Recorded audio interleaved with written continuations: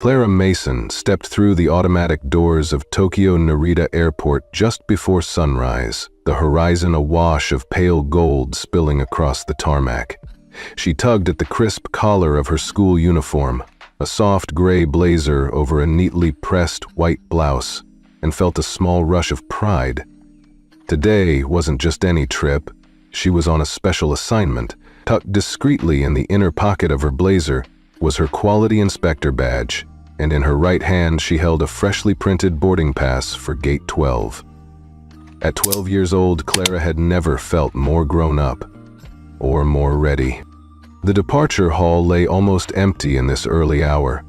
Most travelers wouldn't arrive until after the first commuter rush, but Clara and her father, Robert Mason, had arranged for her to board early to test the airline's service protocols.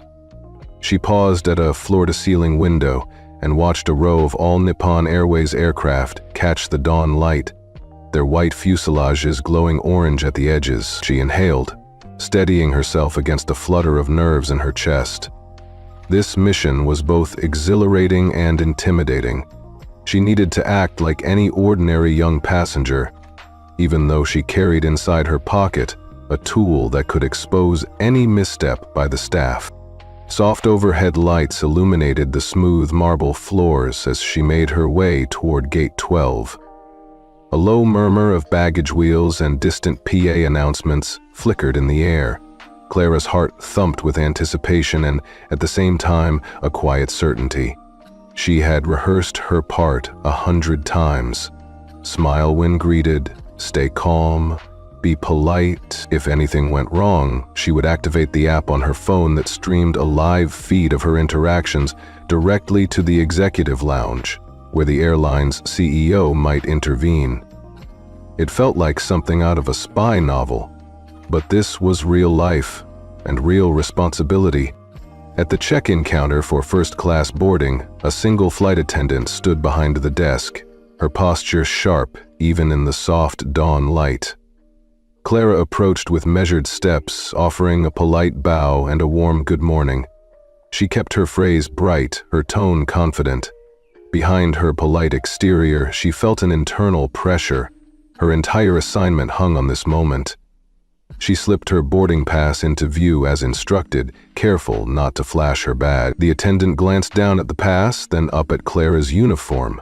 Clara met her eyes directly, holding a steady, yet unassuming gaze. The flight attendant adjusted her navy cap and cleared her throat. Clara faintly heard the distant hum of a rolling suitcase. Two other agents chatted quietly in the background. For a moment, everything felt suspended, the hush before an orchestral crescendo. Clara's pulse sped, but she forced herself to breathe evenly. Beneath her blazer, her fingers brushed the cool metal of her badge. It was a comforting anchor, a reminder of the trust her father had placed in her. She imagined the bright conference room back home where she'd shown her presentation on the inspector program, seen the nods of approval on adult faces. That focus was here with her now. Behind the counter, the flight attendant studied Clara's boarding pass again, her lips pressing into a thin line. Clara swallowed, steadying her expression. She reminded herself, look approachable, remain courteous, don't react to anything that might come. This was about gathering evidence quietly. If the attendant treated her with kindness, great. Clara would note that, too. If not, the live feed would capture the truth. A bead of sweat trickled down the back of her neck. She shifted her weight from one foot to the other, ever so slightly. Suddenly, the attendant's hand shot out, grabbing the boarding pass. Clara's breath caught. The attendant's eyes narrowed as she tore the pass sharply in two, the crack of paper echoing across the hall. Clara saw a flicker of surprise on the faces of passing travelers. A few stopped rolling their suitcases to stare. This uniform, the attendant snapped, voice low but hard enough for Clara to feel it like a physical blow, isn't the look we expect for first-class passenger. Her tone was laced with contempt, as though Clara's simple school attire somehow disqualified her from the privilege of premium seating. Clara's cheeks heated with embarrassment, but she refused to let tears come. Instead, she held her head high, meeting the attendant's gaze without flinching. Inside, her heart pounded, partly from indignation, partly from fear, yet she remembered her father's words that morning. Grace under pressure is your greatest strength. Show them who you really are, quietly but firmly. Clara folded the torn edges of the pass and let them rest in her pocket. She knew exactly what to do next. She pressed a discreet button on her phone. Almost instantly, a hush fell over the surrounding travelers. They sensed something in the charged air but couldn't quite place it. On a mounted screen above the gate, the live feed began to play, though the title read simply, "Customer Service Check 45. Clara met the attendant's gaze again, calm and resolute, and said softly, "I believe there's been a mistake. Could we please have another look at my pass?" Her voice was quiet, but carried enough confidence to draw a few curious glances from nearby passengers. The flight attendant blinked, taken aback as her own words were broadcast for internal review. For the first time, her face flickered with self-consciousness. Clara allowed herself a small, almost imperceptible smile. She wasn't acting out of spite. She was showing the world how a true first-class experience should be delivered, with respect and dignity, no matter what someone wears. The attendant's rigid posture softened fractionally, replaced by the flicker of hesitation. Clara knew this moment marked the beginning of change.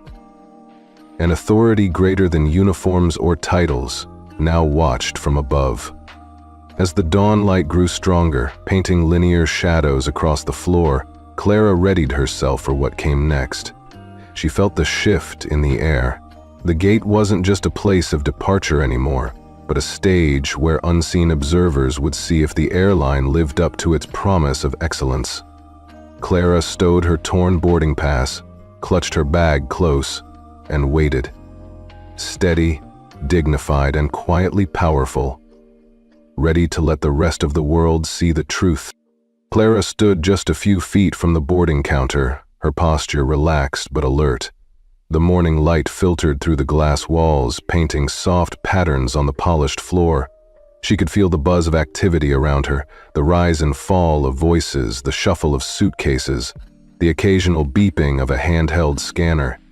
Yet in the center of it all, she felt a discreet tension, as though the air itself had thickened around her. Clara smoothed the lapel of her gray blazer one more time, mindful of the carefully creased fold.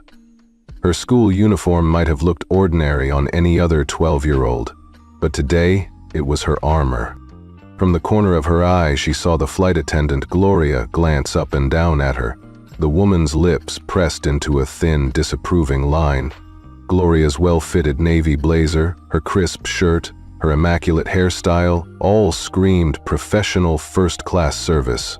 Clara, in contrast, was dressed plainly. Not shabby, but decidedly simple. She imagined what Gloria must have been thinking. Why is this kid in line for first class? Clara suppressed a flare of defensiveness. She reminded herself, no reaction. She detected Gloria leaning in, whispering something to the attendant at the next station. Clara couldn't catch the words, but the attendant across the counter offered a soft but knowing smirk. A ripple of unease slithered through her stomach, and she reminded herself to breathe evenly. She stayed rooted to the spot, chin high, hands clasped in front of her. This was part of the plan, maintain the appearance of a confident, unremarkable customer while the hidden camera on her badge quietly recorded every moment. Gloria returned her gaze to Clara. For an instant, time felt suspended. Clara met her eyes head-on, allowing a polite, gentle smile to play on her lips. Beneath the surface, a storm of questions whirled through her mind. What's the deal with my uniform? Is she really judging me based on my clothes? She felt a hot flush creep up her neck, but she didn't flinch. She reminded herself of her father's words, "You prove your worth with your conduct, not your outfit." So she smiled again and said in a soft, clear voice, "Good morning." Gloria tilted her head slightly, as if recalibrating her assessment. She reached for a clipboard, then paused and glanced at Clara's blouse collar. Clara saw the attendant's brow crease in a frown. She risked a quick scan of the lounge behind Gloria. A handful of other passengers watched, curiosity flickering in their eyes. A single father folding a newspaper looked up. A businesswoman clutching a briefcase frowned. A tourist family exchanged whispered glances. Clara felt herself become the center of a silent performance, and she fought to keep her posture steady. Then Gloria leaned forward, her voice so low Clara almost didn't hear it. "Is that the school uniform you have to wear?" There was an edge to the question, an undertone of condescension that cut deeper than any outright insult. Clara nodded, swallowing the sting in her throat, and replied, "Yes, ma'am. It's my school's uniform." She kept her tone even and respectful, using the very politeness Gloria seemed to doubt. For a moment, Gloria said nothing. She tapped her fingers on the counter, lips pursed tightly. Clara felt the slow churn of her own pulse in her ears, louder than any announcement overhead. She reminded herself silently, "Hold steady. Don't let her rattle you." The hidden camera in her badge was rolling, capturing every detail. Clara's stomach fluttered at the thought. She was doing exactly what she'd been asked, staying calm while gathering proof of any unfair treatment.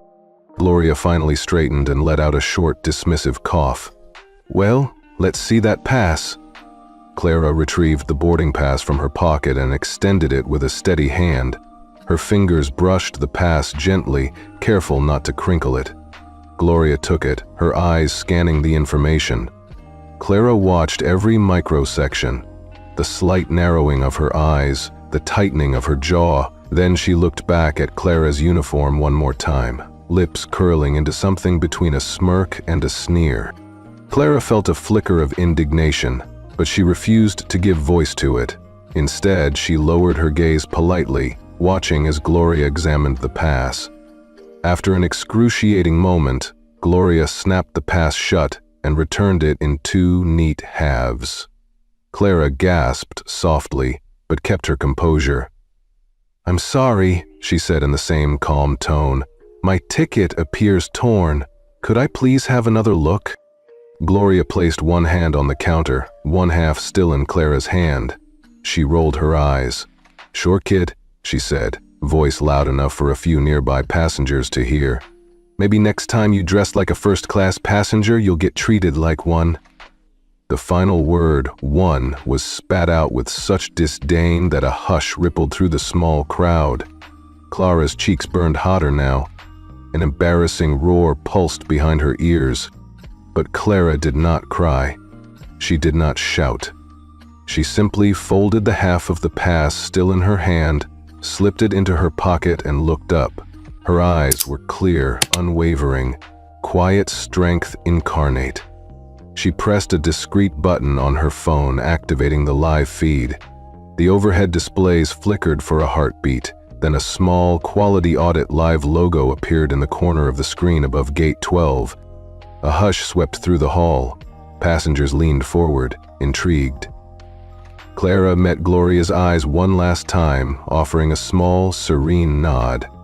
In that moment, everything shifted. The morning light seemed brighter. Clara felt the first stirrings of vindication. She knew that this was just the beginning of the truth coming to light, and that when the world watched, the airline would have to live up to its own standards. And Clara, 12 years old and dressed in a simple school uniform, would stand at the center of it all, quietly but unmistakably powerful. Clara's world narrowed to the small counter between her and the flight attendant. The morning sun slanted through the terminal windows, igniting patches of gold across the polished floor, but Clara hardly noticed. All her focus was on Gloria's face, set in a hard line, eyes cold with judgment. Clara stood perfectly still, her hands folded in front of her, trying to anchor herself against the rush of emotion that threatened to overwhelm her. Without warning, Gloria's voice rang out, clipped and sharp. "This uniform isn't good enough for first class." The words sliced through Clara's calm like a hot knife. Heads turned. A few travelers, pausing mid-stride, stared in stunned silence. Clara felt her heart hammer in her chest. It sounded too loud, too rapid. She was sure everyone could hear it. Gloria reached for Clara's boarding pass. Clara's breath caught in her throat as the attendant's fingers closed around the paper. She barely had time to register the grip before she saw the boarding pass tremble, then heard the first, brutal rip. Ripped like tearing a page out of a book you never wanted rewritten. The rip echoed sharply against the tile. Then another rip, and Clara's carefully printed ticket was in two uneven halves. A hot flush of humiliation bloomed across Clara's cheeks. Her stomach pitched. For a heartbeat, she stood frozen, mouth opening and closing, unable to form a protest. Around her, the murmur of the terminal turned sharp, curious. "Did you see that? Why would she do that? Is that kid even supposed to be here?" The buzzing voices felt like bees clawing at her resolve. Clara's eyes darted to the torn edges of the path she still clutched. One half lay flat on the counter, the other half was folded awkwardly in her hand. If she had been any other passenger, she might have crumpled in tears, but Clara had a mission. She pressed her lips together, refusing to let them quiver. Gloria leaned forward, jabbing the two scraps at Clara. "If you want to fly first class, maybe you should dress for it. Or better yet, buy a real ticket next time." Her tone was cruel, tinged with contempt. She straightened abruptly, as if satisfied she had made her point, and turned her attention to the next person in line, leaving Clara behind like refuse. The sting of that insult, "buy a real ticket," cut deeper than the ripped paper. Clara felt the simmering heat of embarrassment surge under her blazer, pooling at her temples. She couldn't meet Gloria's eyes. She dared not look around at the watching crowd. She imagined their thoughts. Who is this spoiled brat? What's she doing here? Suddenly, Clara felt dread wash over her, as though the world had shifted and she no longer belonged anywhere. But beneath that fear, another feeling flickered. Something steely, a tiny spark of defiance. She swallowed hard, tasting the salt of tears that she absolutely refused to shed. Taking a slow breath, Clara forced her shoulders back, lifting her gaze to meet the attendants again. If Gloria thought this would break her, she was in for a surprise. With deliberate calm, Clara held up the half-pass in her hand. "Excuse me," she said, her voice quiet but steady. "My ticket is torn. Could you please give me another look or issue me a new one?" The words were polite, formal, almost absurdly courteous against the backdrop of Gloria's scorn. A hush fell over the little cluster of witnesses.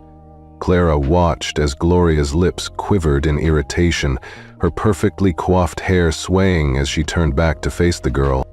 For a moment, the flight attendant's eyes narrowed, as though she was recalculating how best to humiliate Clara further. But then she simply snorted and leaned back, as if Clara's polite request were a ridiculous inconvenience. "Fine," Gloria snapped, "but don't expect me to apologize for doing my job." A collective gasp rippled through the onlookers. Clara could see a young mother clutching her toddler's hand, eyes wide. A businessman paused in his steps, phone halfway to his ear. Even the attendant at the counter next to them glanced over, frowning. It felt as though the entire terminal had drawn a breath at Clara's expense. Clara swallowed again, her throat tight. She stuffed the half-pass into her pocket and took out her phone with the other hand. She tapped the discreet icon, her quality audit app, fingers not trembling, though her heart still thundered. In that instant, a small red live badge appeared in the corner of the large overhead screen. The terminal's hum suddenly seemed distant. People turned to the screen, then to Clara, then back to the screen. A soft murmur built into a low buzz of curiosity. Gloria's confident posture faltered. She looked up at the screen, and for the first time, Clara saw doubt flash across her features. The attendant's cheeks went pale. Her mouth opened as though she might apologize, but then she snapped it shut. She barked in annoyed, "What is this?" Her voice cracked slightly, betraying her unpreparedness for this turn of events. Clara pressed a finger to her lips in a silent, calming gesture, to herself as much as to Gloria. She raised her chin just a fraction, her eyes steady. The plane's metallic hull gleamed in the distance, visible through the broad windows, but Clara no longer felt small in its shadow. She felt something ignite inside her. The slow burn of righteous indignation, tempered by the certainty that she was on the side of fairness. Travelers whispered among themselves now, some nodding at Clara with sympathy, others shaking their heads in disapproval at Gloria's behavior. A few people pulled out their own phones, aiming them at the scene. Clara realized this moment had outgrown her personal mission. It was no longer just about quality control. It was about one girl standing up against petty cruelty, and no amount of uniform snobbery could take that dignity away. Behind the counter, Gloria straightened her cap and cleared her throat, trying to regain control. But the damage was done. Clara's quiet protest had become the focal point of the terminal. The flight attendant's next move would be watched not just by her supervisors, but by everyone in that hall. Clara tucked her phone away, squared her shoulders, and waited for Gloria to decide what to do next. In that charged silence, you could almost hear the future being written. A story not of a little girl humiliated, but of one who refused to be erased. Clara stood frozen for a moment after the boarding pass was torn in half. The rush of the terminal felt distant. Her focus narrowed to the two jagged pieces of paper clutched between her fingers. Around her, the morning light that had glittered so warmly now felt harsh, spotlighting her humiliation. She could hear the distant clatter of suitcase wheels and the low murmur of passengers speculating what had just happened. But it all blended into a dull roar. Clara drew in a slow, steadying breath and bent to scoop up the fragments of her ticket. As she straightened, Clara pressed the torn edge of the larger half-flat against the counter, careful not to crumple it further. She folded the smaller piece neatly and slipped it back into the front pocket of her blazer. For a heartbeat, she felt the heat of tears pool behind her eyes, a sting she refused to show. She reminded herself of her father's voice, calm and unwavering. "Clara, real strength is shown by what you don't say." Those words echoed inside her chest, a gentle reminder that courage often meant swallowing your pain rather than giving it voice. With that thought, Clara's hand drifted to the inner pocket of her blazer. She withdrew the slender metal badge she had been given, her secret quality inspector ID. The badge caught the light, its engraved logo of the airline's wings glinting brightly. Clara held it between her thumb and forefinger, feeling its cool weight. No one around her would know what it meant, but to Clara, it was a talisman. Proof that she wasn't just a child in a uniform, but an undercover auditor with the authority to demand better. She tucked the badge back into her pocket, pressing it flat against her chest. In that simple movement, she felt a shift inside her, a gathering of resolve that pushed aside the sting of embarrassment. Clara straightened her shoulders, smoothing down the front of her blazer as though making herself presentable for the next step. She kept her head level, her eyes calm and sure. The sting in her throat dulled. She forced a small, polite nod toward the flight attendant. No voice escaped her lips. Instead, Clara allowed her silence to speak.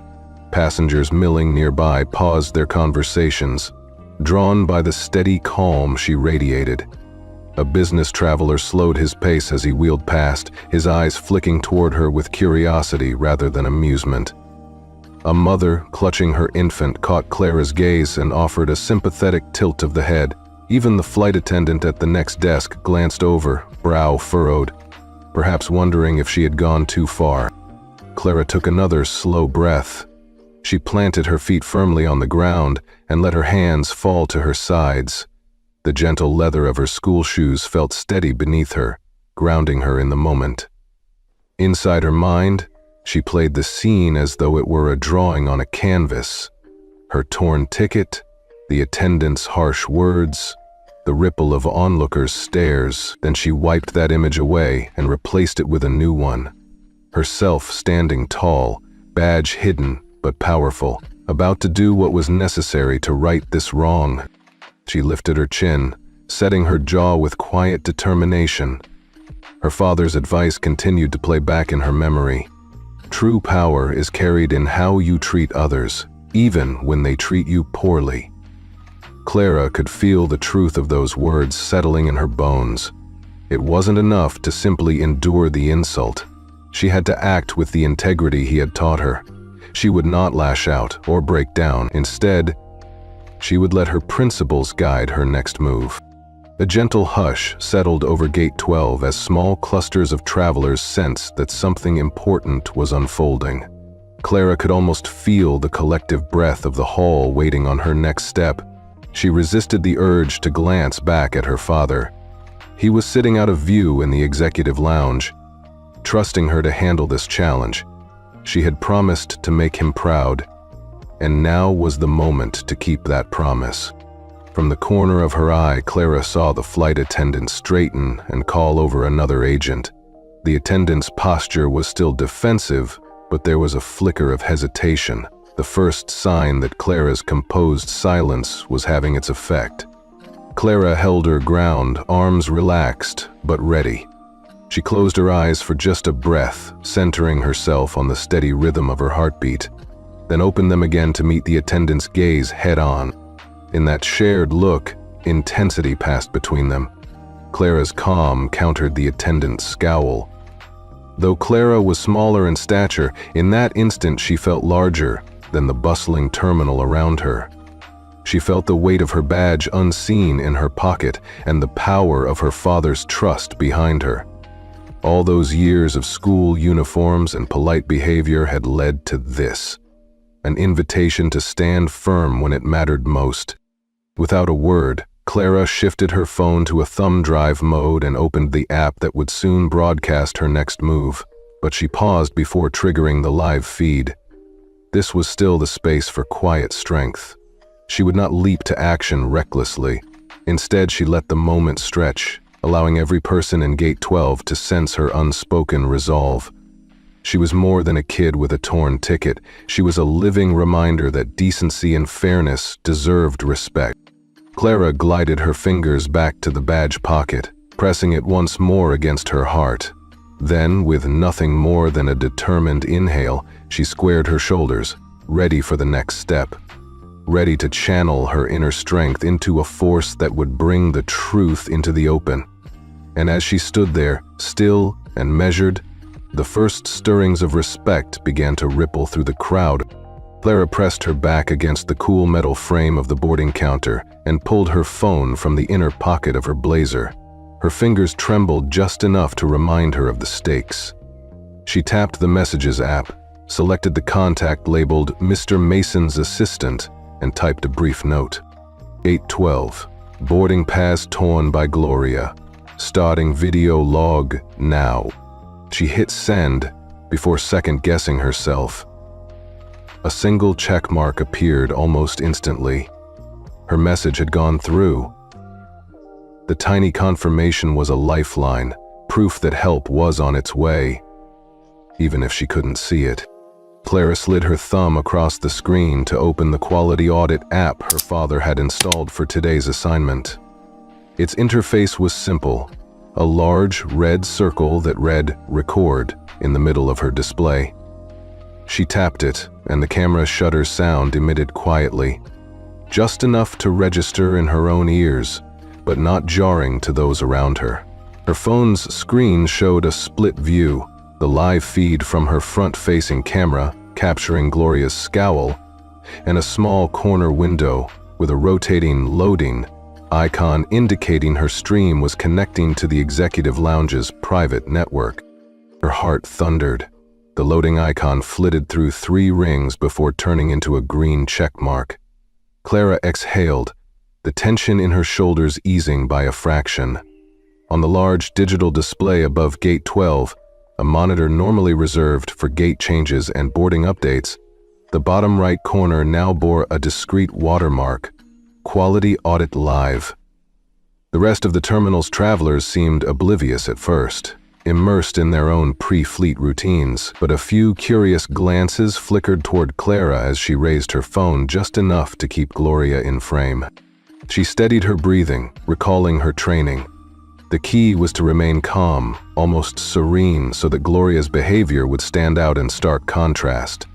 Clara kept her smile gentle and cordial, even as Gloria's lips tightened into a hard line. She edged her phone a little closer, mindful not to draw overt attention to herself. On the screen, she could see tiny thumbnails of two executives in the lounge, a reassuring sign that her stream was reaching decision-makers. A soft buzz ran through Clara's phone. It was a single reply from her father's assistant. Received. CEO is watching. Keep recording. Her chest swelled. She had expected confirmation, but the knowledge that the CEO himself might be tuning in elevated her confidence. She angled the camera slightly to capture the entire space behind Gloria. Passengers shifting uneasily, heads turning at the sound of the camera shutter. A mother pulling her toddler closer. Clara knew these witnesses would matter later. Gloria, meanwhile, had scarcely noticed the shift in atmosphere. She was busy rifling through a stack of boarding passes for the next passenger when she caught sight of Clara's phone. Her head snapped up, eyes narrowing.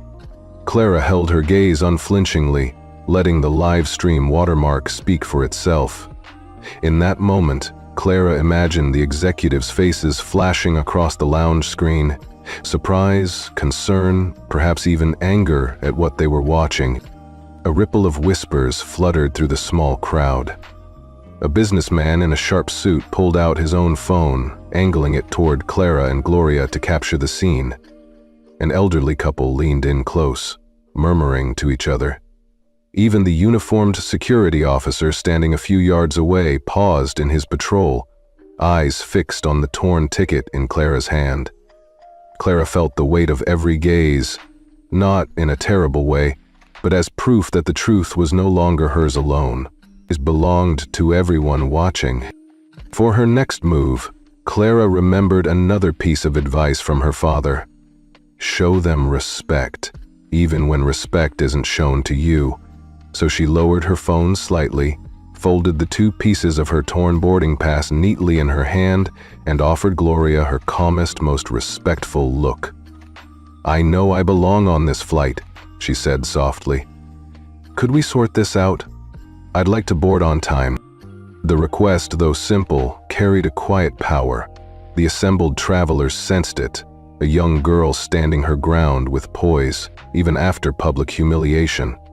A few people nodded in Clara's direction, some offering sympathetic smiles. Clara sewed those expressions into her resolve. She could taste the faint tang of triumph, like biting into a firm, ripe plum, knowing that any further misstep by Gloria would be caught on camera and broadcast straight to the top. Gloria's face flushed a pale pink as she hesitated. She glanced at the monitor displaying the live stream, then back at Clara. Clara caught the attendant's breath hitch in her throat, the first crack in Gloria's professional mask. The attendant squared her shoulders, searching for a retort, but found none that could cut through the growing chorus of disapproval. Instead, Gloria looked away, her gaze flicking toward the flight schedule board, as if she'd rather examine gate changes than face the live evidence of her own behavior. Clara lowered her phone but kept it ready. She tucked it into her blazer, her posture still composed. The hush around Gate 12 spoke volumes. Executives were watching, passengers were watching, and Gloria knew that humiliating a child on camera was no longer acceptable. Clara felt a swell of gratitude toward her father. His trust in her, his willingness to empower her, had given her the tools to stand tall. As a final gesture, Clara picked up the half pass from the counter and laid it gently next to the other half. Then she took a small, deep breath, turned her back to the crowd, and walked toward the waiting area. Her head held high and her resolve shining as brightly as the sunrise outside. Clara caught sight of him before she even registered his face, a tall figure moving with a confident, unhurried stride through the early morning light that streamed across Gate 12. She had seen a photo of her father 1,000 times, his salt and pepper hair, the subtle crinkles at the corners of his eyes, but nothing prepared her for the calm authority he radiated in person. Robert Mason wore a simple navy overcoat over a tailored suit, his expression composed, almost serene. In the instant he appeared, the entire atmosphere of the terminal shifted. Flight attendants straightened, station agents paused mid-tack, even the security officer on patrol slowed his walk. Clara watched as heads turned politely away, then quickly averted their gaze as if respecting a private moment. A young gate agent, who earlier had offered Clara a sympathetic look, froze completely, eyes wide before lowering his chin in a small nod of recognition. Her heart lodged in her throat, and for a heartbeat Clara wondered if she was imagining it. But then she saw his gaze fall on her, warm, reassuring, alive with pride, and she knew she wasn't. Relief washed through her like a tide. All the tension of the past few minutes, the scorn, the humiliation, the determination, suddenly felt anchored by his presence. Robert made his way to the counter with measured steps. No entourage, no dramatic fanfare, just a quiet dignity that spoke louder than any announcement over the PA. Nearby travelers whispered among themselves, "Isn't that the Mason who owns the airline? I heard he rarely shows up in public." Clara's pulse sped again, but this time from the thrill of solidarity rather than fear. He paused just behind Clara's shoulder, hand resting gently on the small of her back. Clara leaned into the touch, drawing strength from his steady confidence. She dared to look at the flight attendant. Once more. Gloria had gone pale at the sight of him, her bravado replaced by a flicker of panic. Clara felt a spark of satisfaction, but held it in check. Her father's arrival wasn't about spectacle. It was about restoring decency.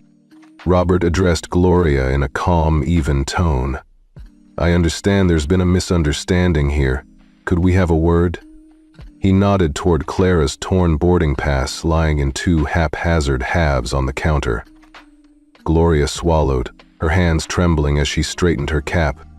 She muttered something that might have been an apology, but Clara couldn't catch it over the sudden hush that had fallen. A station manager materialized at Robert's side, as if drawn by an invisible thread. Richard, the familiar face Clara had seen scanning boarding passes earlier, looked both stunned and deferential. He cleared his throat. "Mr. Mason, what can I do for you?" Robert glanced at Clara, then back to Richard. "My daughter's boarding pass was destroyed without cause," he said, voice low but firm. "I'd like to know why, and I'd appreciate it if you could resolve this swiftly." The use of "my daughter" was deliberate. He made it clear they were family. Richard's eyes flickered to Clara, then back to Robert, and he blinked as though waking from a sudden daze. He bowed his head, then squared his shoulders. "Sir, you have every right to ask. Please allow me a moment." Richard turned on his heel and strode toward an office door just down the hall. The gate agents exchanged glances, a ripple of recognition passing among them. Even Gloria followed Richard's retreating back, her posture strained.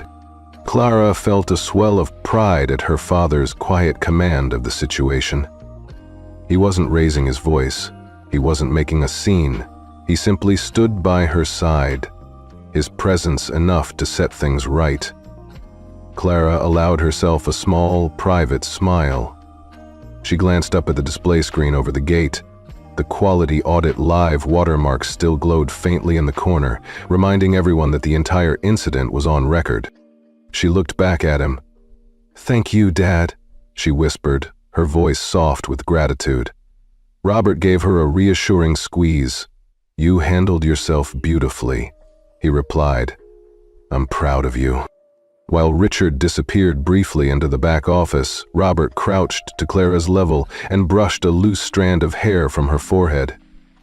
"Are you all right?" he asked quietly, genuine concern flickering in his eyes. Clara nodded, swallowing back the last of her rattled nerves. "I am, now," she said. They stood together, father and daughter, a picture of understated strength. Clara drew in a deep breath, letting the warmth of his support fill her chest. This was the kind of power she had only glimpsed from afar, quiet, unassuming, yet absolutely undeniable. It reminded her of the hidden forces she'd been trained to wield: evidence, dignity, and the silent promise that justice would follow. In that moment, Clara realized the significance of what they'd created together. The torn boarding pass, the live video feed, and now Robert's protective arrival formed a seamless chain of accountability. The flight attendant's cruelty would not go unaddressed, not with the full weight of the airline's ownership arrayed behind Clara. Richard returned almost immediately, accompanied by 2 more managers. They carried a pristine boarding pass in its protective sleeve. Richard offered it forward with a respectful bow. "Miss Mason, here is your replacement pass for first class," he said, voice earnest. Clara accepted it with a courteous nod, her fingers brushing the paper gently as though it were a fragile promise. Robert rose to his full height and addressed the group. "Thank you, Richard.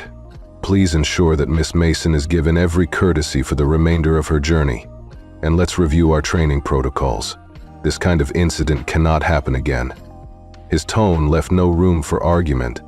The managers and Gloria herself nodded rapidly, murmuring apologies. Clara watched as Gloria ducked her head in shame. The flight attendant's shoulders sagged, her moment of haughty triumph completely overturned by forces she had neither seen nor respected. Clara felt a pang of empathy for Gloria, even as she stood firm in her own right. She knew everyone made mistakes. What mattered was how they learned from them. Robert glanced back at Clara with a soft smile. "Shall we?" he said, gesturing toward the jet bridge. Clara slipped her phone into her pocket, her badge safely tucked away. She matched his calm stride as they walked side by side into the waiting aircraft, leaving behind the stunned murmur of Gate 12. As they passed through the threshold, Clara let herself breathe freely for the first time that morning. The sun had climbed higher now, flooding the gate area with warmth, and though the day had begun with humiliation, it was ending in a very different light, one of quiet victory, shared pride, and the unshakable knowledge that even the smallest person could stand tall when armed with truth and love. Clara trailed just behind her father as they stepped off the gate area's bright tile into a quieter corridor painted in soft beige and muted taupe. A discreet sign overhead pointed the way to the ANA Suite Lounge, and a sharply dressed attendant stepped forward to hold the door open. Clara felt the tension of the last hour ebb away the moment she crossed the threshold. Plush armchairs upholstered in pale gray corduroy lined the walls, and an artful arrangement of orchids sat on a low table by the window, their delicate blooms catching the late morning light. Here, the world seemed to slow. Robert Mason offered Clara a small, reassuring squeeze on the shoulder before turning to the station manager who had escorted them. "Thank you for arranging this," he said quietly. Clara noticed Richard's shoulders hunched in apology, his once confident posture diminished. He tapped the name tag on his lapel. "Richard Sato, station manager," then offered a slight bow. "Mr. Mason." "Miss Mason," he began, voice low and earnest. "On behalf of ANA, I want to express my deepest apologies for what happened at Gate 12. No passenger should ever be treated that way." He clasped his hands in front of him, eyes locked on Clara as if he were pleading for her understanding. Clara's throat tightened. She had rehearsed nothing for this moment. She trusted her father to guide her. She inhaled gently and let her shoulders drop. The hush inside the lounge felt protective, as though its soft carpet were wrapping around her. She realized she was trembling just slightly, not from fear anymore, but from the raw emotion of being truly acknowledged. Richard gestured toward 2 seats near a low coffee table. "Please, have a seat." He moved to sink into an armchair himself, smoothing his suit jacket as he did. Behind him, a small buffet of pastries and fruit glowed invitingly under a warm lamp. Robert and Clara sat. Clara chose the chair with her back to the window, preferring to face Richard directly. As she settled in, Robert took the opportunity to fold the napkin on his lap before turning to his daughter. He gave her a proud nod, subtle encouragement to speak her mind. Clara felt the weight of the moment pressed gently on her chest.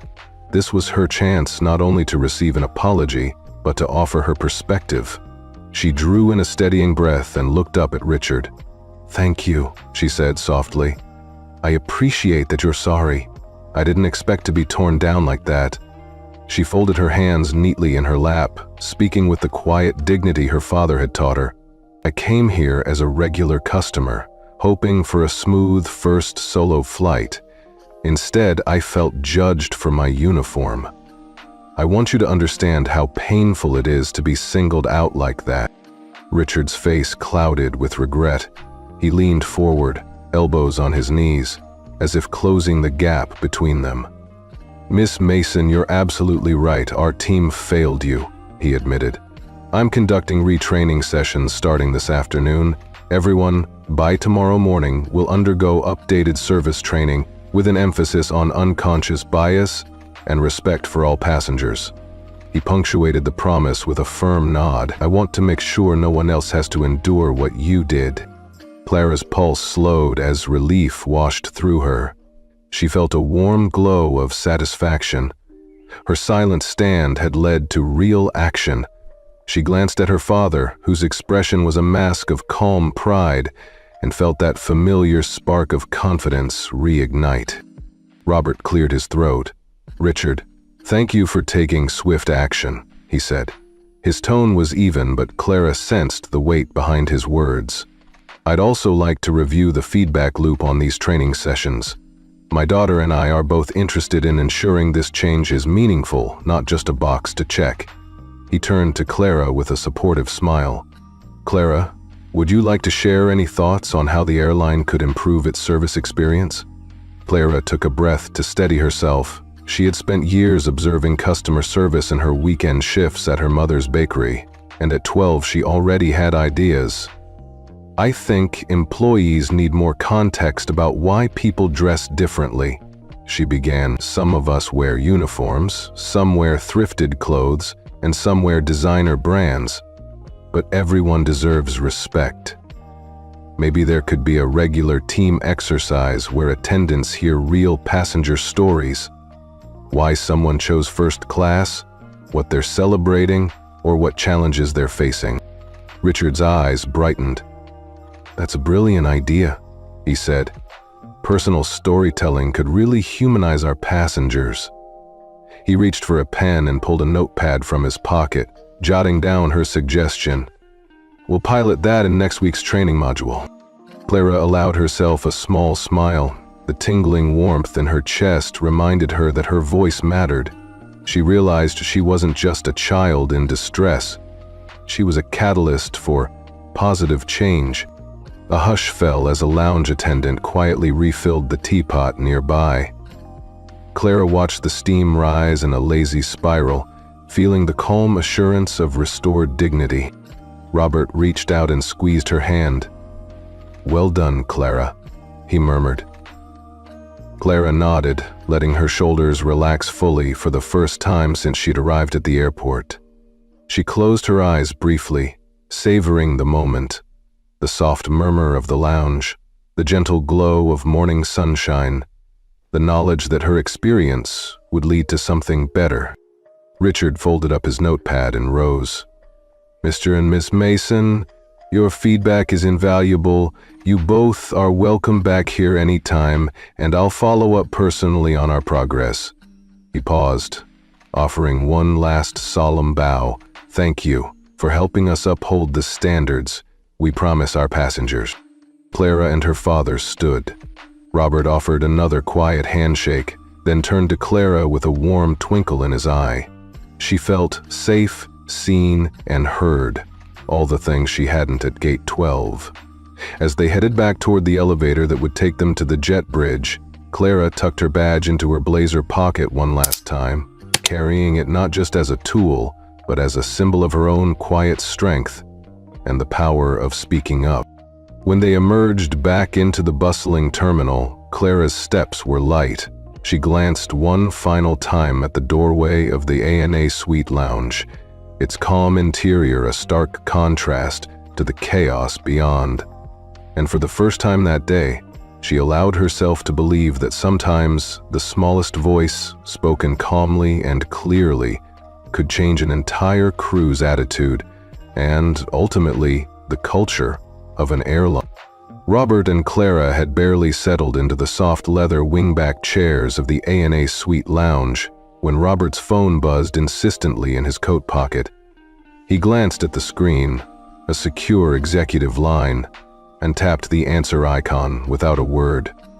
Clara watched him unfold himself from his seat, sliding onto the low coffee table beside him so she could still hear the conversation. The gentle hum of the lounge faded to a low background murmur as Robert's voice dropped to a calm, authoritative tone. "Margot, it's Rob," he said, using the code name for his executive assistant. Clara recognized the familiar cadence, concise, measured, leaving no room for misunderstanding. "We have a situation at Gate 12. Flight attendant Gloria Ito has torn my daughter's boarding pass in half and humiliated her in public. I want Gloria suspended immediately, pending a full investigation. Issue my daughter a new first-class boarding pass and have her escorted directly to the jet bridge. Copy me on the message. Thank you." Clara felt a thrill of relief pulse through her chest. Her father's words were quiet, but they carried the weight of 45% ownership. In the briefest instant, she could feel the gears of the airline's bureaucracy shift in motion. She caught a glimpse of the station manager, Richard, pressed against the glass wall of the adjacent conference room, peering in as though enchanted by the power flowing through Robert's call. The response came through Robert's earpiece almost immediately. "Understood," Margaret's voice crackled softly. "Gloria Ito is being removed from duty now. An interim attendant is en route. Replacement pass is printing at Gate 12, she added, her tone businesslike. CEO has been alerted. He'll review the surveillance feed in 10 minutes. I'll copy you on the email." Robert acknowledged the instructions and ended the call. He turned back to Clara, his expression unchanged, calm, supportive, utterly steady. "They're taking care of it," he said simply. He patted her hand. "Would you like some tea while we wait?" Clara nodded, grateful for the normalcy of that small gesture.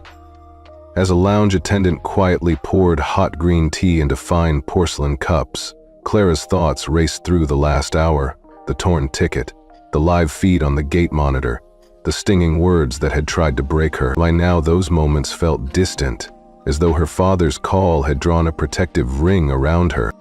Across the lounge, Robert's phone buzzed again. He checked the screen and nodded. "They've suspended Gloria pending review. They've also dispatched a uniformed attendant to Gate 12 with your new pass." Clara watched the clerk scribble a note on a digital pad, then forward it to a runner in the lounge's hallway. Minutes later, a crisp first-class boarding pass, engraved with Clara's name and seat number, arrived on a silver tray. The attendant presented it with a bow, her demeanor respectful, apologetic even. Clara folded the new pass into her pocket, her fingers brushing the smooth cardstock. A soft warmth spread through her. Relief, yes, but deeper still, a sense of vindication. She glanced at the lounge's muted window, where the sun had climbed higher, casting long shadows across the runway. Earlier that morning, the world had felt unsteady beneath her feet. Now, it felt solid and secure, anchored by her father's quiet decisiveness. Robert leaned back, folding his hands over his teacup. "You did exactly the right thing," he told her. "You stayed calm, gathered evidence, and let the process work. I'm proud of you." Clara smiled, but genuine. She felt a surge of gratitude for the trust he'd placed in her, for empowering her to act. It wasn't just about having the badge or a powerful father. It was about standing up with integrity, even when it was scary. In the distance, Clara heard her phone ping with a new message from the airline's internal network. Gate 12 update. Incident resolved. Passenger Clara Mason escorted to jet bridge. Suspension notice sent to Ms. Ito. Full report to follow. She showed the message to her father, who nodded approvingly. Clara tucked her phone away. The moment of crisis had passed. Ahead lay the flight itself. But more important was what she had learned. That one thoughtful call, made quietly and firmly, could set right a wrong and restore dignity, not just for her, but for anyone who witnessed it. Less than an hour after Clara and her father slipped away from the ANA Suite Lounge, Gate 12 erupted anew. This time not with the hushed tension of a live audit feed, but with the insistent ping of incoming notifications. An airline employee, horrified by what they'd witnessed, had quietly captured snippets of Clara's video stream and posted them to a private staff channel. From there, the footage spread like wildfire, first to airline executives' phones, then onto public social media under the hashtag #NotJustAddress, and before long, every platform was alive with the story of the flight attendant who tore up a little girl's ticket. Clara was already seated in her first-class cabin, settling into the plush leather and inhaling the faint scent of fresh linens when her phone vibrated again. She glanced at the screen, dozens of alerts, messages from concerned classmates, tags from strangers praising her composure, and reposts from major news outlets. Her heart caught in her throat, but not with fear. This was the reaction she had hoped for. Justice, she realized, was no longer silent. It was a chorus of voices rallying behind her. On Twitter, the clip had already been retweeted thousands of times, accompanied by comments like, "This little girl deserved respect," and "How dare you judge a passenger by her uniform?" On Instagram, influencers reposted the video to their stories, urging viewers to demand an apology from ANA and support fair treatment for all flyers. A prominent travel blogger captioned the clip, "Airline service is about respect, not labels, not just a dress." Meanwhile, internal discussions at the airline headquarters shifted into overdrive. Emails pinged executives' inboxes with subject lines such as "Emergency Viral Incident at Narita" and "Immediate PR Response Required." The CEO, who had been watching the live stream minutes earlier, now found himself fielding calls from board members, anxious about the brand's reputation. Within the span of a few clicks, what had begun as Clara's quiet, covert audit had become a public reckoning. Back in her seat, Clara scrolled through comments, feeling a swell of gratitude. She tapped a reply to one message, "Thank you. It's not about the uniform, it's about dignity." She paused before posting, then added, "I hope everyone who felt judged today can know they matter." That small act, her first direct response, crystallized the moment. Her private mission had grown into something bigger, a movement for decency in an industry built on service. Across the cabin, Robert watched his daughter's screen with a satisfied nod. He sipped his tea quietly, his composure unwavering. "You did well, Clara," he said softly. "You turned a painful moment into an opportunity for everyone to learn." Clara looked up, eyes bright. She felt a quiet pride, but also a hopeful anticipation of what might come next.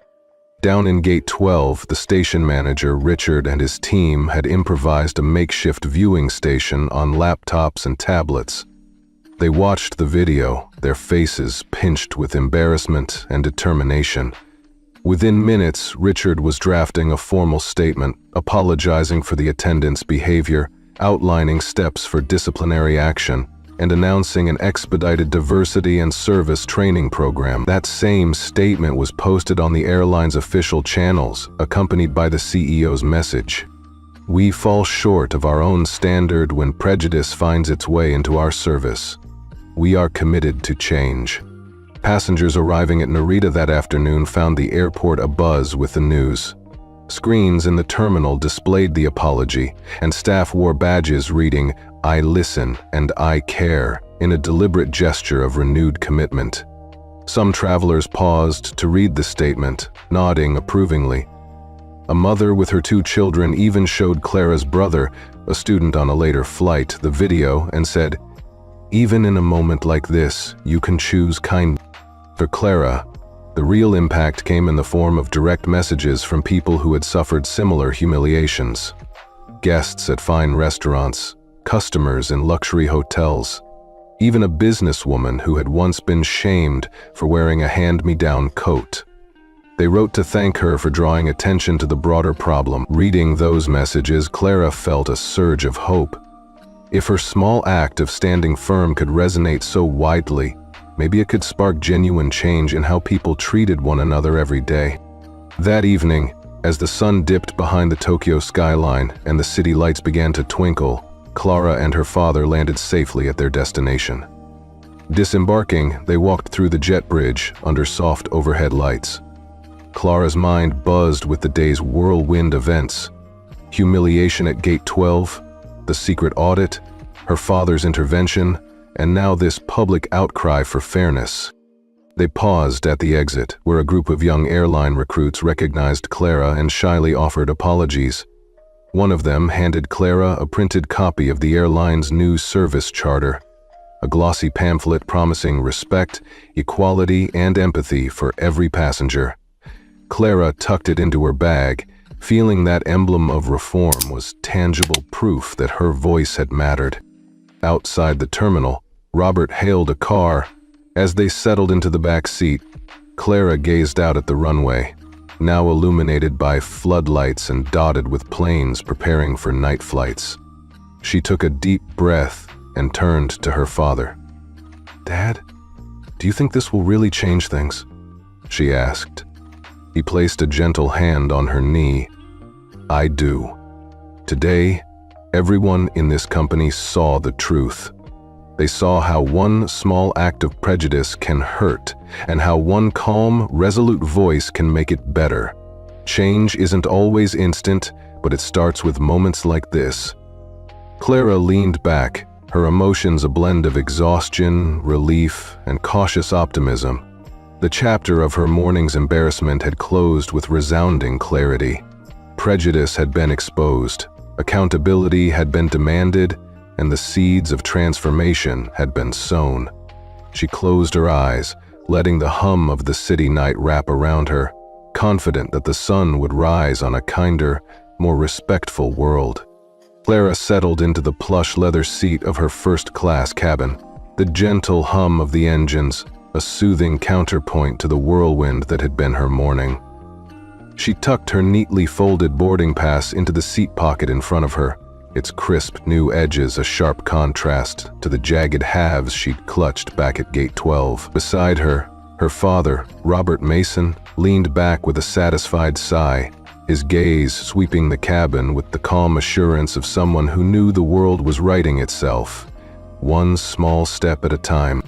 Moments earlier, at Gate 12, station manager Richard Sato had delivered official word to everyone within earshot. Gloria Ito was suspended immediately, pending a full inquiry into her conduct. Clara hadn't been present. Her father had insisted she move ahead to the aircraft while he finalized the details, but she could still feel the reverberations of his command. Whispers had swirled through the terminal as Richard read the statement aloud. "Effective immediately, Ms. Gloria Ito is suspended from all duties. An internal review will determine further disciplinary action. We apologize unreservedly to Miss Mason and any passenger who experienced disrespectful treatment." That public apology, backed by the weight of half the company in her father's hands, had been a balm to Clara's wounded pride. Though she never sought a dramatic confrontation, the soft but firm tenor of Richard's words felt like official vindication.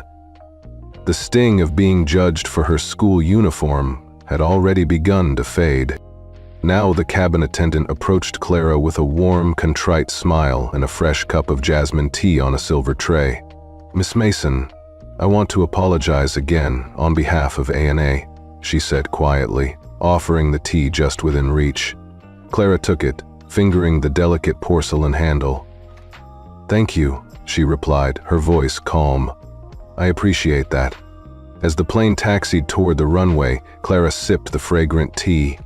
The subtle sweetness and gentle warmth eased the last of her tension, the liquid acting as a bridge between the turmoil of the morning and the serenity of this moment.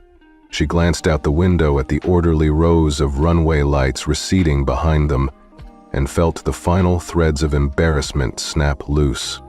Across the aisle, Robert folded his hands in his lap and looked at Clara with pride. "They handled it," he said softly. "That apology was genuine." Clara nodded, recalling the precise phrasing he had insisted upon. No vague regrets, but an outright admission of wrongdoing.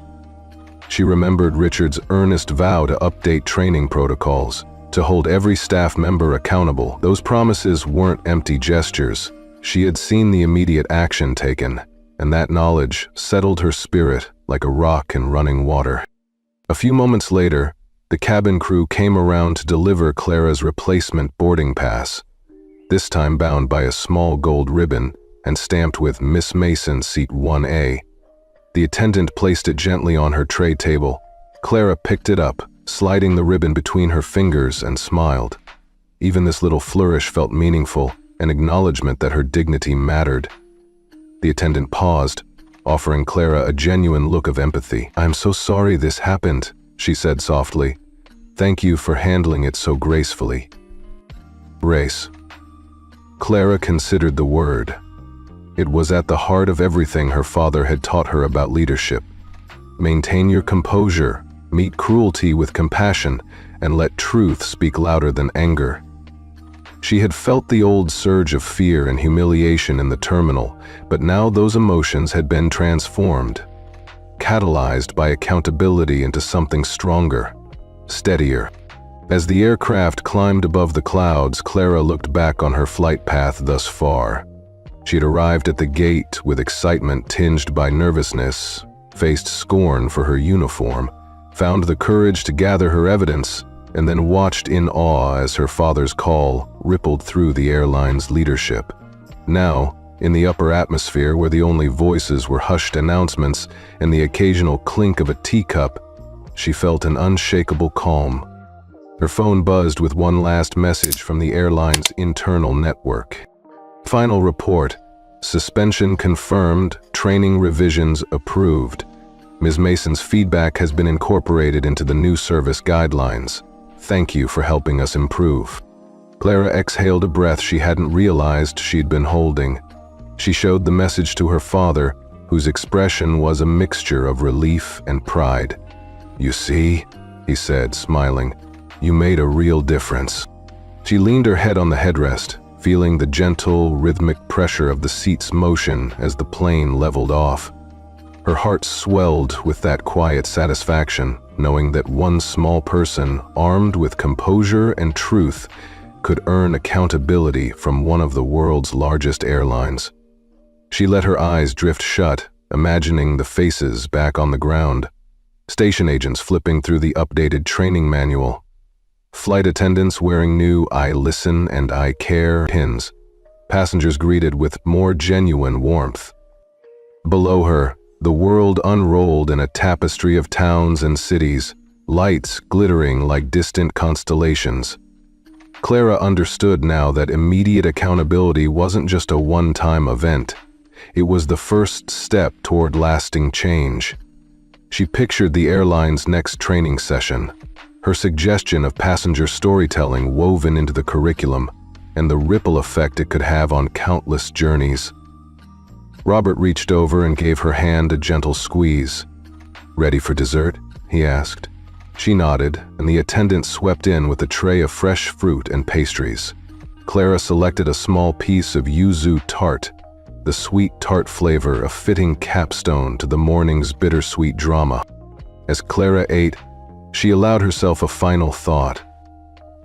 This was more than a victory over one flight attendant's prejudice. It was proof that kindness and respect could be enforced through quiet resolve and unwavering integrity. She felt the last residue of humiliation wash away, replaced by a soft, enduring peace.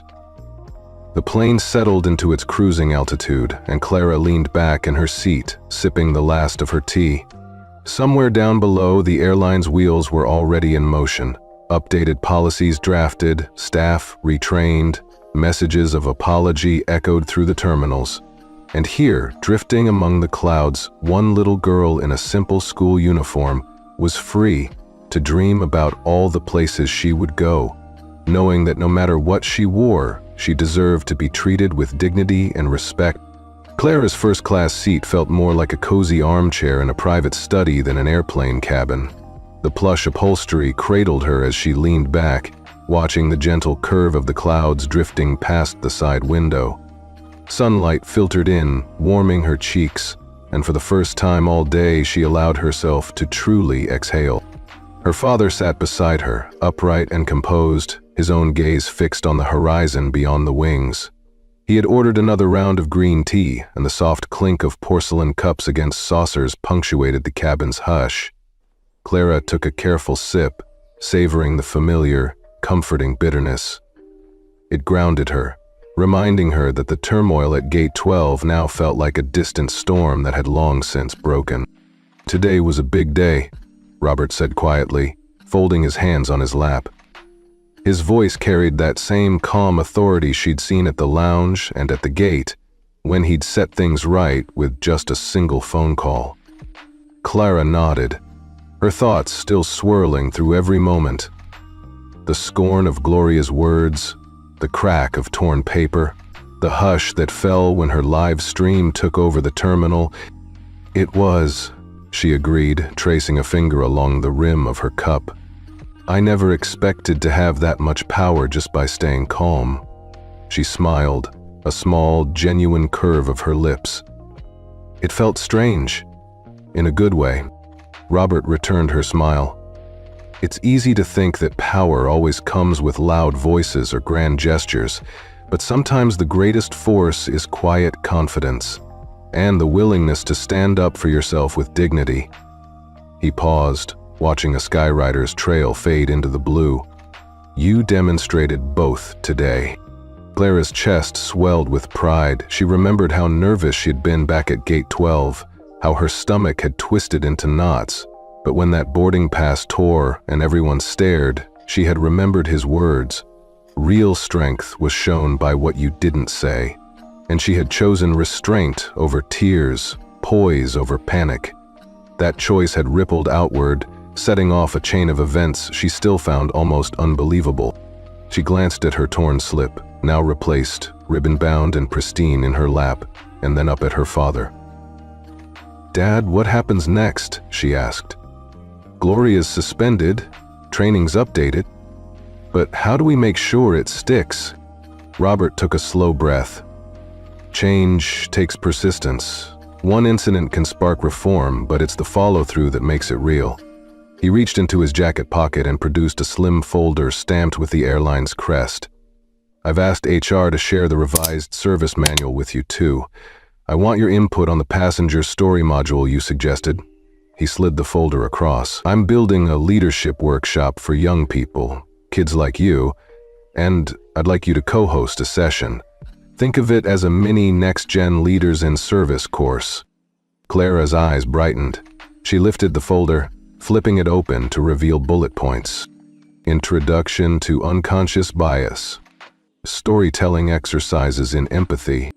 Role-playing scenarios for service excellence. Group reflections and action planning. She traced the lines with her fingertip, feeling a new spark of excitement. "Me? Teach a workshop?" Her voice hitched, in the best way. Half surprise, half eagerness. Robert nodded. "You've already shown leadership today. You had the courage to speak up, quietly, and guide people toward a better way. Now I want you to help others discover that same courage." He leaned back, eyes warm. "You've got a gift for understanding how people feel. You felt that mother's sympathy in the lounge, the way passengers rallied online. That empathy is your greatest asset." Clara paused, letting his words sink in. In her mind, she replayed the mother in the lounge, the businessman who snapped a photo, the recruits who apologized as she left the terminal. She realized how all those gestures had comforted her, and how, in turn, she could offer comfort and guidance. "I'd like that," she said. Her voice was steady, brimming with determination. "I want to help people see each other's humanity." Robert smiled proudly and raised his teacup in a gentle toast. "To your first workshop," he said. Clara clinked her cup against his, the sound high and clear, echoing softly through the cabin. They sipped their tea in companionable silence, the kind that only comes from deep understanding. Outside, the plane soared above a vast sea of clouds, but Clara felt grounded, rooted in purpose, buoyed by family, and inspired to help others. After a few moments, she closed the folder, carefully tucking it into her lap. She glanced at her father and asked, "When do we start planning?" Robert placed a hand over hers. "When we land, we'll set a date. Between us, we'll draft the curriculum. You'll share your experiences and I'll bring in the experts." He winked. "And I'll handle the logistics. Venues, materials, all that adult stuff." Clara laughed. A bright, clear sound that felt like sunshine breaking through clouds. "Deal." As the flight attendant passed by to refill their water glasses, Clara thought about the journey she'd been on. From the flush of humiliation at the gate, through the secret live audit, to the public apology, and now this quiet moment of shared ambition. It had been a roller coaster of emotions: shock, shame, resolve, relief, pride, and now settled into something new, a sense of purpose that went beyond herself. She met her father's gaze, grateful for his steadfast presence. He had trusted her to stand alone at Gate 12 and then stood by her side, guiding the airline to make things right. Now they would pay that trust forward, equipping other young leaders to do the same. Clara leaned back and looked out the window at the shifting colors of the sky. She felt peace in her heart, a calm certainty that even small voices could echo loudly when lifted with integrity. And beneath that peace, a deep yearning to learn, to teach, and to spark the same quiet courage in others. As the plane cut through a bank of clouds and daylight broke into a radiant glow, Clara knew one thing for certain. This was only the beginning of her journey, as a daughter, as an auditor, and as a young leader determined to change the world, one act of dignity at a time. Clara clicked her phone camera off airplane mode and raised it to frame her face, the soft afternoon light filtering in through the window beside her seat. She settled into her first-class cushion, feeling the gentle hum of the cabin around her. The swish of the passing clouds outside reminded her how far she'd come, both in miles and in confidence, since that tense moment at Gate 12. "Hi everyone," she began, offering the camera a warm, easy smile. "Clara Mason here. If you've watched my story so far, you know this morning didn't start out great. My boarding pass was torn up by a flight attendant who judged me by my uniform, but thanks to a little quiet resolve and, yes, a certain quality inspector badge, you saw how things turned around." She paused, letting her tone stay conversational, like chatting with friends over coffee. "I am so grateful for everyone who's reached out with support and shared your own stories of being judged unfairly." She reached down and pulled the ribbon-tied replacement pass from her pocket, holding it up so viewers could see its crisp edges. "This little thing is more than just paper," she said. "It's a reminder that dignity matters, no matter what you're wearing. Whether you're in a school uniform, thrifted jeans, or a designer dress, you deserve respect." Clara leaned closer, her expression earnest. "I've been reading your comments. Parents telling me how their kids got teased for old sneakers, professionals who faced snide remarks over hand-me-downs, travelers who worried their attire would mark them as less than. You all reminded me this isn't just about one little girl at one gate in one airport. It's about all of us." She flipped the camera to show the cabin behind her, the empty row of seats, the polished metal accents, the flight attendant quietly offering tea to another passenger down the aisle. "See that? This airline is already changing uniforms, training, and service standards so that no one else goes through what I did. That's the power of speaking up calmly, and having my dad, the airline owner, back me up." She giggled, then winked. "Yes, that part was a bit of an advantage, but keep reading. I'll share tips for how you can stand your ground, badge or no badge." She tapped the screen to flip back to her face and leaned in, voice dropping to a friendly whisper. "So, here's what I want to know from you. Have you ever been judged by your clothes, your accent, or just how you look? How did you handle it? Tell me in the comments below." She held up 2 fingers and grinned. "I'll be reading every single one, maybe even pin a few to share in my next video." Clara leaned back and let a thoughtful silence hang for a beat, then picked up a small notebook she'd tucked into her lap. "I'm also starting a mini next-gen leaders in service workshop soon," she continued, tapping the notebook with excitement. "We'll talk about empathy, bias, and how to speak up with respect. If you're interested in joining, or if your school or youth group wants to set something up, drop me a DM." She tapped her phone's screen for emphasis. "Let's keep this conversation going offline, too." She ended with her signature sign-off, upbeat and sincere. "Thanks for being part of this journey, everyone.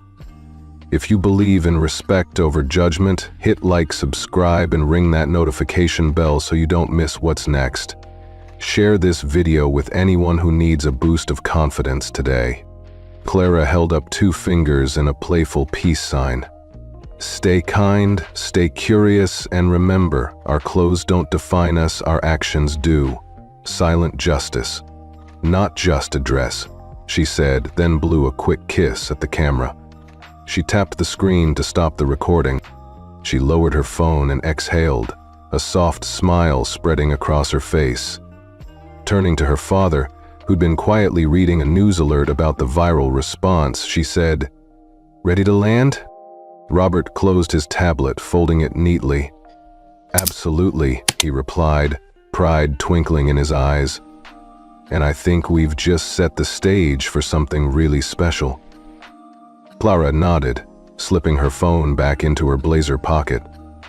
As the plane began its descent, she gazed out the window at the tapestry of cities and rivers below, feeling a ripple of hope. Today's chapter had closed on a high note of engagement and empowerment, and she couldn't wait to see how far the story would go next.